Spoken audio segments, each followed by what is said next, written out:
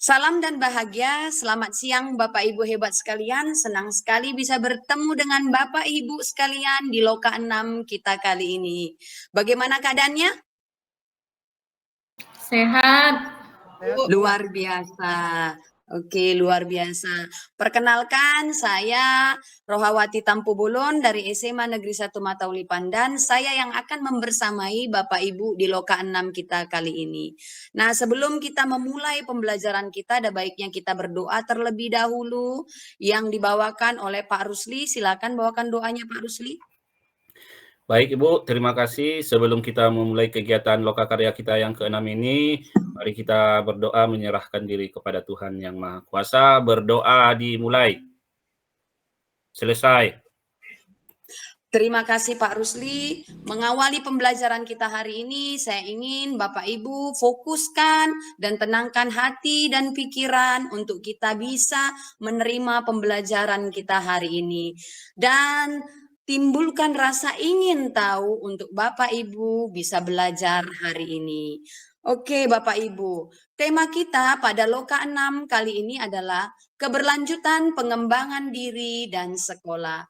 Adapun tujuan dari Loka 6 kita kali ini adalah Bapak Ibu nantinya dapat mengidentifikasi potensi ataupun kekuatan diri yang ada pada Bapak Ibu serta mengidentifikasi aset-aset sekolah yang nantinya mendukung pada program sekolah yang berpihak pada murid.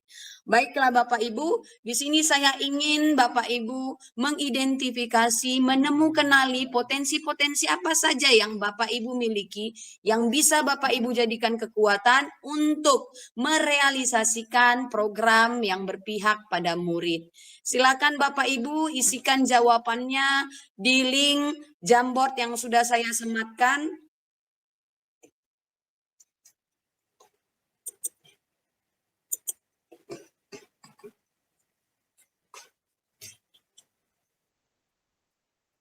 Oke, saya sudah melihat di sini ada kemampuan berkolaborasi.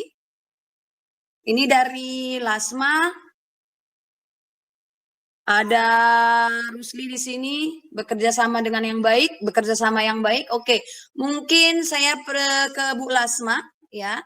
Bu Lasma bisa jelaskan maksud dari kolaborasi dari potensi yang yang Ibu Lasma sebutkan tadi. Iya, baik. Terima kasih, Bu. Saya membuat di sini kemampuan atau potensi diri yang saya miliki sebagai kekuatan di dalam melakukan program yang berpihak pada murid, yaitu kemampuan berkolaborasi. Di mana kalau kita mampu berkolaborasi, bekerja sama, berdiskusi, bertukar pikiran dengan teman-teman guru yang lain, ya mungkin kalau kita punya program atau kita punya kelemahan, kita bisa berbagi. Kita bisa berdiskusi, kita bisa bertukar pikiran dengan teman-teman yang lain. Seperti itu kira-kira Ibu. Terima kasih. Oke, terima kasih. Nah, saya mau pingin jawaban ke Pak Hence. Menarik sekali Pak Hence. Coba silakan dijelaskan potensi diri yang Bapak miliki.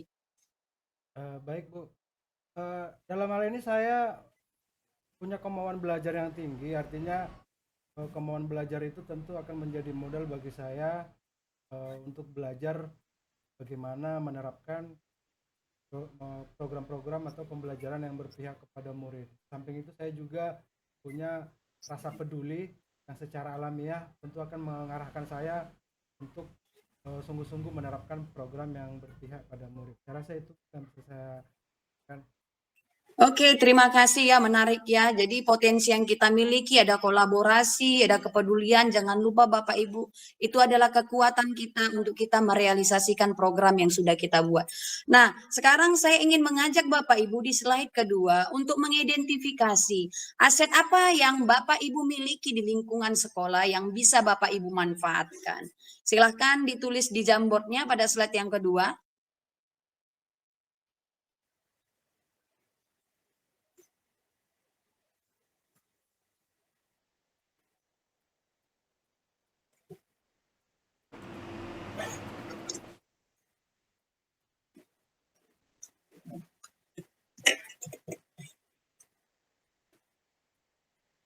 Oke, baik. Saya sudah melihat jawaban Pak Rusli di sini. Ada jawaban yang sama juga, sarana dan prasarana.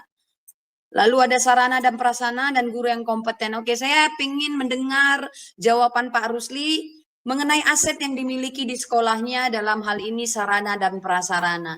Silakan Pak Rusli. Baik, terima kasih Bu. Aset sekolah yang dapat membuat program sekolah berjalan yang berpihak kepada murid itu tergantung, salah satunya tergantung kepada sarana dan prasarana, di mana gedung yang memadai, peralatan-peralatan yang ada di dalamnya, penunjang-penunjang yang ada di dalamnya. Contoh, kalau di dalam perpustakaan, kelengkapan buku yang ada, prasarananya. Kemudian termasuk juga pendidik-pendidik yang di dalamnya. Mungkin itu saja, Ibu. Terima kasih. Oke, terima kasih Pak Rusdi. Saya ingin mendengar jawaban dari Bu Hayati. Coba silakan Bu Hayati. Aset apa yang dimiliki oleh sekolah Ibu Hayati? Baik, terima kasih Bu. Aset yang dimiliki sekolah kami untuk membuat program yang berpihak pada murid yaitu sama dengan Pak Rusli ya. Sarana dan prasarananya cukup memadai, di mana ada 3 infokus untuk 6 kelas. Kami rasa sudah cukup biar bergantian. Kemudian juga guru yang kompeten. Jadi guru kami sudah sesuai dengan jurusannya masing-masing. Itu saja Bu, terima kasih. Oke, terima kasih Bapak Ibu ya. Jadi ternyata Bapak Ibu mempunyai potensi-potensi yang luar biasa maupun aset-aset yang luar biasa yang ada di lingkungan sekolah Bapak Ibu. Jadi program Bapak Ibu yang sudah Bapak Ibu rancang dengan menggunakan model Bagja yang lalu di Loka 5, silahkan realisasi dengan memanfaatkan kekuatan-kekuatan yang ada pada diri Bapak Ibu serta lingkungan sekolah. Baiklah Bapak Ibu, sebelum kita mengakhiri pembelajaran kita ini, saya ingin Bapak Ibu merefleksi ya. Nah, di situ ada 2 pertanyaan, linknya sudah saya sematkan. Materi baru apa yang sudah Bapak Ibu dapat hari ini? Dan pertanyaan yang kedua, bagaimana perasaan Bapak Ibu setelah melalui proses pembelajaran kita hari ini? Silakan Bapak Ibu ditulis di kolom Padlet kita ya.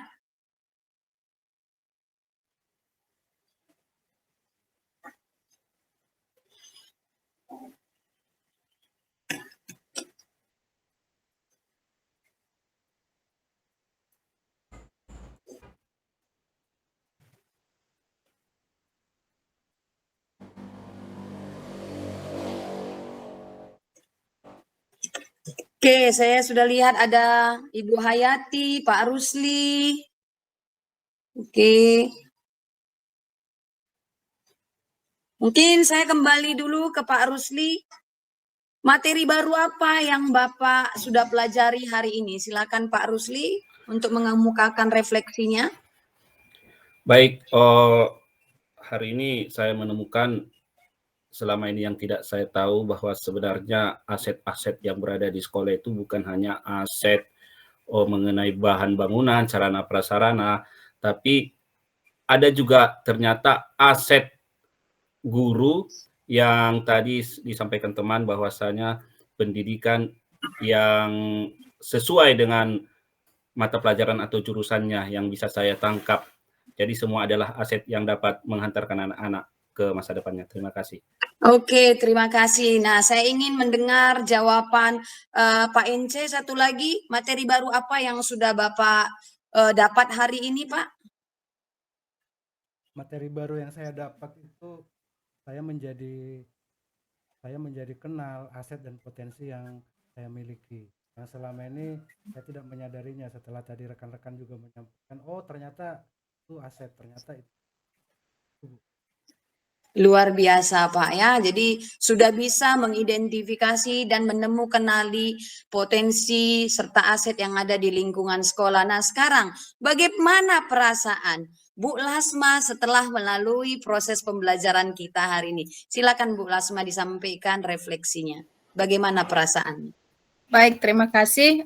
Perasaan saya setelah melakukan proses pada hari ini, saya merasa bangga dan semangat. Bangganya di mana? Saya bangga ternyata sekolah kami punya aset. yang bisa digunakan di dalam proses pembelajaran. Yang tadinya saya tidak sadari ya kalau itu adalah suatu kekuatan, dan saya semakin bersemangat untuk menggunakan aset tersebut di dalam membuat program yang berpihak pada murid. Demikian Ibu, terima kasih.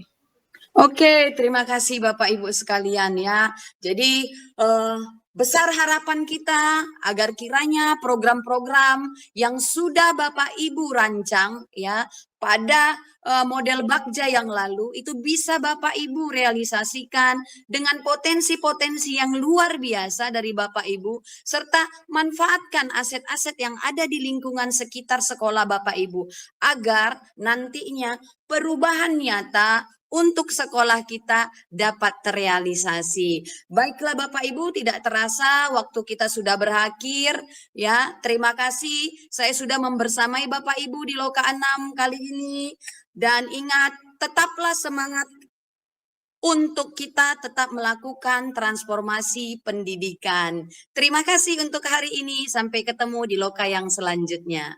Terima kasih Bu. Terima kasih Bu.